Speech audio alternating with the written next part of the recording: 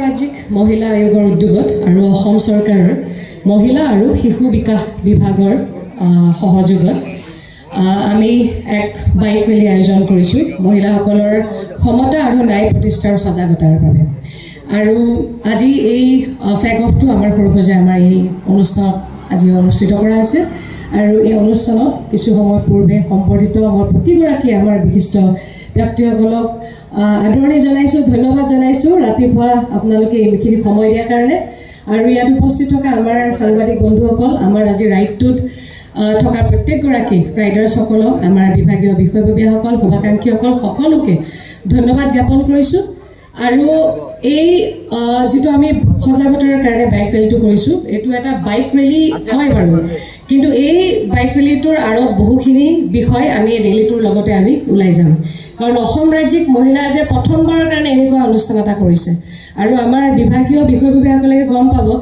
যে এনেই গৈ পেলাই ডিষ্ট্ৰিক্ট এখনত সভা কৰা আৰু এটা বাইক ৰেলীৰ জৰিয়তে সভা কৰাৰ মাজত বহুত মানে পাৰ্থক্য আছে। গতিকে মই ওমেন কমিশ্যনত যেতিয়া মই জইন কৰিছোঁ তেতিয়া আহিয়ে মই দেখিলোঁ যে বাকী সজাগতা বহুত পিছৰ কথা, কিন্তু ওমেন কমিশ্যনৰ নিজৰ এৱাৰনেছ কৰাৰ বহুত দৰকাৰ আছিলে অসমত, যে অসমৰ মহিলাখিনি, পুৰুষ হওক মহিলা হওক, প্ৰত্যেকেই জানিব লাগে যে মহিলা আয়োগৰ পৰা কেনেকৈ মহিলাসকল উপকৃত হ'ব। সেই বিষয়টো মই ৰাখি তাৰপিছত লাহে লাহে আমাৰ সঞ্চালক আমাৰ গৈৰাৰ লগতো পিছত প্ৰথম পৰ্যায়ত আমি আলোচনা কৰিলোঁ। তাৰপিছত চাহুদাৰ লগতো কথা পাতিলোঁ, গোটেই বিষয়বিলাক পাতি মই ক'লোঁ যে নাই, আমি এনেকুৱা এটা অনুষ্ঠান কৰিম যিটোৰ জৰিয়তে, যিটো সজাগতাৰ জৰিয়তে আমাৰ বেছিক বস্তুবিলাক, একদম প্ৰাথমিক পৰ্যায়ত জানিবলগীয়া বিষয়বিলাক আমি বাইক ৰেলীটোত লৈ গুচি যাম। গতিকে এই যাত্ৰাটোত আমি মহিলাসকলে ভাৰতীয় সাংবিধানিক ব্যৱস্থাত আমাৰ মহিলাসকলৰ অধিকাৰ, ভাৰতীয় ন্যায় ব্যৱস্থাত মহিলাসকলৰ আমাৰ ন্যায়ৰ বিষয়ে সজাগতা কি কি আছে, সেইবোৰ একদম প্ৰাথমিক পৰ্যায়ৰ বস্তুবিলাক আমি এই ন্যায়ৰ জৰিয়তে লৈ যাম। আৰু মহিলা আয়োগ কি, মহিলা আয়োগত আমাক ক'ত লগ কৰিব, তেওঁলোকে কেনেকৈ উপকৃত হ'ব। কাৰণ মহিলা আয়োগত এটা খুব সুন্দৰ এটা ব্যৱস্থা আছে। জিলাসমূহত মহিলা আমাৰ কোষ আছে, আমাৰ আৰু ব্লক লেভেলত আমাৰ মহিলা কোষ আছে। এইবিলাক আমি সক্ৰিয় কৰাৰ কাৰণে আমি ডিষ্ট্ৰিক্টবিলাকত আমি গৈ জিলা আয়ুক্ত আৰু আৰক্ষী অধীক্ষকৰ লগত কথা পাতিম। আজি আমি ইয়াৰ পৰা যাম, গৈ প্ৰথমতে জুবিনদাৰ আশীৰ্বাদ ল'ম, জুবিনদাৰ ক্ষেত্ৰত যাম, তাৰ পৰা আমি মৰিগাঁও যাম, নগাঁও যাম, তাৰপিছত এনেকৈ কাজিৰঙা, গোলাঘাট আৰু যোৰহাট, এনেকুৱা এটা খুব সুন্দৰ ৰাইড হ'ব। আমাৰ অসমৰ যিমানখিনি ৰাইডাৰ আছে, যোনে বাইক চলাই বিভিন্ন ঠাই ফুৰিয়ে কণ্টেণ্ট বনায়, সেই সকলো আহিছে। বেছিভাগ ইয়াতে ছোৱালী ৰাইডাৰ বেছি আছে, গাৰ্ল ৰাইডাৰ বেছি, ফিমেল ৰাইডাৰ বেছি আছে। আৰু এটা খুব সুন্দৰ মেছেজ লৈ আমি ৰাইড গৈ আছোঁ। এইটো 181 যিটো বায়ে ক'লে, আংগুলতা বায়ে 181 নম্বৰটো বহুতে নাজানে, মানে ছোৱালীবোৰে বহুতে জানেও 100 ডাইল যেনেকৈ জানে, কিন্তু 181 ইমান বেছি মানুহে নাজানে যে 181 ছোৱালীবোৰৰ বাবে এটা অস্ত্ৰ হয়, মানে এটা নম্বৰ নহয়, যিটো নম্বৰত ফোন কৰিলে আপোনালোকৰ ছোৱালী মানুহৰ যিকোনো ধৰণৰ সমস্যাৰ সমাধান পাব পাৰে। ওমেন কমিশ্যনটো এতিয়া বহুত বেছি ষ্ট্ৰিক্ট হৈছে আৰু কেছবোৰো ভালকৈ ছল্ভ কৰিবলৈ বাহঁতে চেষ্টা কৰি আছে। তে আমিও ৰাইড কৰি বিভিন্ন ঠাই ঘূৰি ফুৰোঁ আৰু এক্সপ্ল'ৰ কৰোঁ বিভিন্ন ঠাই। কিন্তু এইবাৰ আমি এটা ছ'চিয়েল মেছেজ লৈ পেলাই ৰাইডত গৈ আছোঁ, নাৰী সুৰক্ষাৰ ওপৰত মেছেজ লৈ পেলাই আমি ৰাইডত গৈ আছোঁ। যিকোনো ধৰণৰ ছোৱালী মানুহৰ প্ৰব্লেম হ'লে 181ত কল কৰিব। লগতে আমি জুবিন দাকো ট্ৰিবিউট দি এই ৰাইডটো কৰি আছোঁ। হয়, আমাৰ ৰাজ্যিক মহিলা আয়োগ আৰু আমাৰ অসম চৰকাৰৰ মহিলা আৰু শিশু বিকাশ বিভাগৰ সহযোগত আমি এটা মহিলাসকলৰ সুৰক্ষা আৰু আমাৰ যাতে আমাৰ যিবিলাক কেন্দ্ৰীয় চৰকাৰৰ আঁচনিয়ে হওক বা অসম চৰকাৰৰ আঁচনিয়ে হওক, অথবা আমাৰ মহিলাসকলৰ আমাৰ ভাৰতীয় সংবিধানত যি অধিকাৰ আছে বা আমাৰ ভাৰতীয় ন্যায় ব্যৱস্থাত যি অধিকাৰ ন্যায়সমূহ আছে মহিলাসকলৰ কাৰণে, এই গোটেই বস্তুবিলাক সামৰি আমি এটা বাইক ৰেলী কৰিছোঁ, বিশ্বাস যাত্ৰা। আৰু আমাৰ টেগলাইনটো হৈছে ভৰসা ৰাখক, বিশ্বাস কৰক, ভৰসা ৰাখক। আৰু এই ৰেলীটো আমাৰ আজি সৰুসজাইৰ পৰা আৰম্ভ হ'ব আৰু ক্ৰমে আমি 4খন জিলা, মৰিগাঁও, নগাঁও, গোলাঘাট, যোৰহাট, এই 4খন ডিষ্ট্ৰিক্ট আমি সামৰিম। আৰু ৰাজ্যিক মহিলা আয়োগৰ যিটো আমাৰ এটা সুন্দৰ এটা ব্যৱস্থাপনা আছে,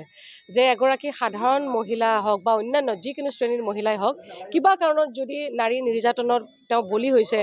বা কোনো অত্যাচাৰত বলি হৈছে, যৌন শোষণ বা এনেকুৱা ধৰণৰ যদি কিবা তেওঁ যদি মানসিকভাৱে যদি তেওঁ অত্যাচাৰৰ সন্মুখীন হৈছে, তেতিয়াহ'লে মহিলা আয়োগত আপোনালোকে যোগাযোগ কৰক। গতিকে আমাৰ যেনেকৈ গুৱাহাটীত এটা আমাৰ কাৰ্যালয় আছে, ঠিক তেনেদৰে ডিষ্ট্ৰিক্টসমূহতো আছে, ব্লক লেভেলত আছে। গতিকে আমি প্ৰথমটো একদম বেছিক মহিলা আয়োগৰ পৰা আমাৰ সকলো শ্ৰেণীৰ মহিলাসকলে কেনেকৈ লাভান্বিত স্বাৱলম্বিত হ'ব এই ধৰণৰ বিষয়বিলাক লৈ পেলাই আমি আগবাঢ়িম আমাৰ এটা নাম্বাৰ এটাও মুকলি হৈছে যেটো WhatsApp নাম্বাৰ এটা সেইটো ইতিমধ্যে আমাৰ ৱেবছাইটতো আছে আৰু আমাৰ সোশ্যাল মিডিয়াতো আমি দিছো আৰু 181 এটা হেল্পলাইন নম্বৰ কেন্দ্ৰীয় চৰকাৰৰ শিশু আৰু মহিলা আমাৰ মন্ত্ৰালয়ৰ পৰা সেই 181ত যিকোনো মহিলা তৎকালীনভাৱে যদি কিবা নিৰ্যাতন বা কিবা অত্যাচাৰৰ মুখামুখি হৈছে তেওঁলোকে এই নাম্বাৰটোত কল কৰি তেওঁলোকে সুবিধাখিনি গ্ৰহণ কৰিব পাৰিব গতিকে এই বেসিক বস্তুখিনি লৈ পেলাই আমি যাত্ৰাটো কৰিছো বিশ্বাস যাত্ৰা গতিকে মহিলাসকলৰ সুৰক্ষাৰ প্ৰতি লক্ষ্য ৰাখি সুৰক্ষাটা যদি নিশ্চিত হয় তাৰ প্ৰতি লক্ষ্য ৰাখি আমি এই বাইক ৰেলীটো কৰিছো যেটো আপোনালোকৰ প্ৰথম যাত্ৰা ইয়াৰ পৰা কলৈ যাব আমি সৰুখজাৰ পৰা আমি ষ্টাৰ্ট কৰি মৰিগাঁৱত আৰু আমি মৰিগাঁৱত আমি এখন আমাৰ জিলা আয়ুক্ত আৰু আৰক্ষী অধীক্ষকৰ লগত এখন বৈঠক আছে তাৰ পিছতে আমি সমান্তৰালভাৱে তাতে এখন আমি সজাগতামূলক সভাৰ আয়োজন কৰিছো আৰু আজিয়ে আমি নগাঁৱলৈকে যাম আৰু নগাঁৱত আমাৰ অহাকাইলে একে ষ্ট্ৰাকচাৰতে আমাৰ সভাসমূহ হ'ব তাৰ পিছত আমি গোলাঘাট যাম তাৰ পিছত যোৰহাটত আমি শেষ কৰিম প্ৰথম পৰ্যায়ৰ আমাৰ বিশ্বাস যাত্ৰা এই 4খন জিলা সামৰি লোৱা হৈছে পিছৰ পৰ্যায়ত আমি প্ৰত্যেকখন জিলাত এনেকৈ বাইক ৰেলী কৰি পেলাই যাম আজি আমাৰ এই গোটেই বাইক ৰেলীটোত আমাৰ 16 গৰাকী আমাৰ বাইক ৰাইডাৰ্ছ থাকিব আমাৰ 10 গৰাকী ফিমেল আৰু বাকি 6 গৰাকী আমাৰ মেল থাকিব আৰু আমি আশা ৰাখিছো যে এটো কেৱল মাত্ৰ এটা বাইক ৰেলীয়ে নহয় এই বাইক ৰেলীটোৰ জৰিয়তে আমাৰ আত্মবিশ্বাস আমাৰ মহিলাসকলৰ মৰ্যাদা আমাৰ সন্মানে জীয়াই থকাৰ যেটো আমাৰ শক্তি মানসিক শক্তি এই গোটেইবিলাক সামৰি আমি এই বাইক ৰেলীটো কৰিছো গতিকে প্ৰত্যেক গৰাকী মহিলাই ভয় নকৰিব চিন্তা নকৰিব প্লিজ আহক মহিলা আয়োগত যোগাযোগ কৰক ধন্যবাদ এটা এটা খুব ভাল পদক্ষেপ লৈছে অসম মহিলা আয়োগে আঙ্গুলতা দেখাই নিশ্চয় এটা নতুন পদক্ষেপ লোৱাৰ কাৰণে গোটেই অসমৰ মহিলাখিনিৰ উপকাৰ হ'ব তেওঁলোকৰ এইটো যেটো আজি প্ৰচেষ্টা এটা মটৰচাইকেল ৰেলীৰ থ্ৰুৱেদি লগত 16 গৰাকী ইনফ্লুৱেঞ্চাৰ লৈছে তেওঁলোকৰ মেইন উদ্দেশ্যটো হৈছে যে প্ৰত্যেক গৰাকী মহিলাই এই উদ্যোগটোৰ এই আয়োগৰ দ্বাৰা কোনখিনি সুবিধা ল'ব পাৰে এইখিনি বিষয়ে তেওঁলোকে জনাটো উচিত তেওঁলোকৰ মূল উদ্দেশ্য যে তেওঁলোকে ঘৰত যদি কিবা অসুবিধা হয় বা সমাজত কিবা অসুবিধা হয় মহিলা কেন্দ্ৰিক পুলিচ ষ্টেচনলৈ যোৱাতকৈ আয়োগলৈ আহক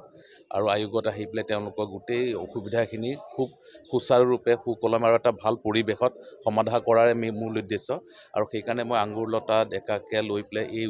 অসম মহিলা আয়োগক ধন্যবাদ জনাইছো ই সমাজৰ এটা বিশেষ অৱদান হ'ব আৰু ইয়াৰ পৰা সমাজ যথেষ্ট উপকৃত হ'ব